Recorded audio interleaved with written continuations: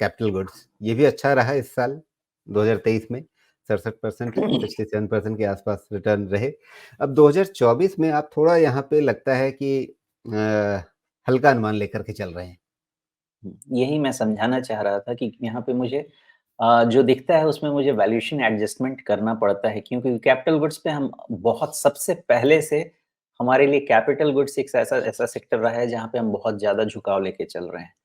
इसलिए लार्जली अगर index stand point से देखेंगे तो वो बेक्ड इन है।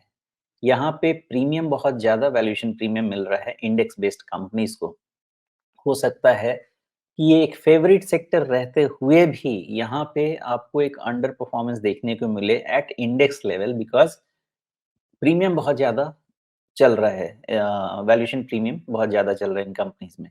लेकिन इसमें आपको सेक्टर के अंदर जाना होगा, बिकॉज़ इस सेक्टर में आपको स्मॉल, माइक्रो, नैनो बहुत तरह के कंपनीज़ मिलेंगे जिसमें अपॉर्च्युनिटी क्रिएट होगी।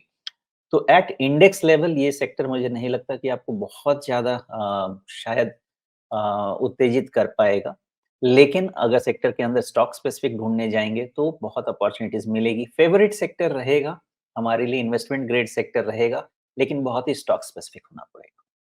जी, मतलब ये कि इसमें सारे सेक्टर में चाल एक जैसी नहीं रहेगी, आपको चुनने पड़ेंगे अलग-अलग शेयर, तो उसके लिए फिर आप दर्शक जो हैं वो अप इस सेक्टर के अंदर चुन-चुन करके अपने सवाल भेज सकते हैं कि अच्छा ये क्योंकि सुमेश जी खुद नाम नहीं बताएँगे आपको यहाँ पे। तो आपको अपने सवाल भेजने पड़ेंगे, आपको अपनी स्टडी करनी पड़ेगी। देखिए यहाँ पे ये सारी बातचीत हम लोग क्यों कर रहे हैं कि आप चीज़ों को समझें। तो समझें और उसके बाद खुद अपनी भी रिसर्च करें और उसके हिसाब से फिर आप चीज़ों तक पहुँचे कि अच्छा मुझे क्या कहाँ पैसा लगाना है। तो मतलब बाकी बहुत सारी जगहों पे क्या चलता है, वहाँ चलता है दिमाग मत लगाओ, पैसा लगाओ। तो यहाँ पे क्या लगता है, यहाँ पे दिमाग लगाओ, फिर पैसा लगाओ। तो अगर आप इस वाली सोच के हैं, तो ये सब चीज़ें उसके लिए हैं, ये सारी चर्चा उसके लिए है कि दिमाग लगाओ, फिर पैसा लगाओ।